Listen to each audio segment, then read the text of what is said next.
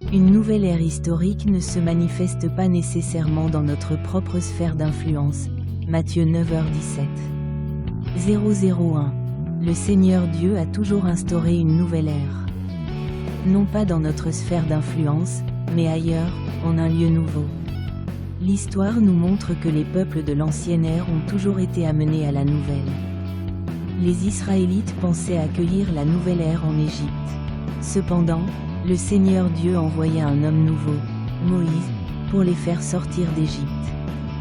La nouvelle terre de cette nouvelle ère était la terre promise de Canaan, la terre de leurs ancêtres. Même après cela, ils pensaient que la nouvelle ère se réaliserait dans l'Ancien Testament. Celui-là même où ils vivaient. Or, la nouvelle ère s'est réalisée dans le Nouveau Testament, centrée sur Jésus. 002. L'ère du Nouveau Testament n'a pas été instaurée par Moïse, mais par Jésus.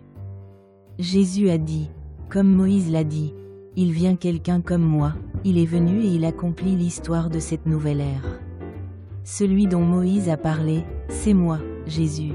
Jésus a dit que le vin nouveau est produit dans le nouveau monde et mis dans des outres neuves. Matthieu 9h17. Si vous êtes entrés dans une nouvelle ère, vous devez vivre pleinement selon les principes de cette nouvelle ère. Je vous bénis au nom du Seigneur afin que vous en soyez conscients. Que vous compreniez bien les temps et que vous agissiez en conséquence pour vivre en maître de cette nouvelle ère. 003. Enfin, vous devez agir tant que vous êtes encore jeune. Avant qu'il ne soit trop tard. Vous devez le faire pour résoudre ce problème. Vous devez chaque jour passer de l'ancienne ère à la nouvelle pour que le problème se résolve. Vous devez vous libérer de l'emprise de votre ancienne nature pour résoudre ce problème. Vous devez vous libérer de votre propre volonté, de votre propre pensée, de votre propre centre et de vos propres idées pour le résoudre. Pour ce faire, vous devez agir en parfaite union avec l'homme de Jéhovah Dieu.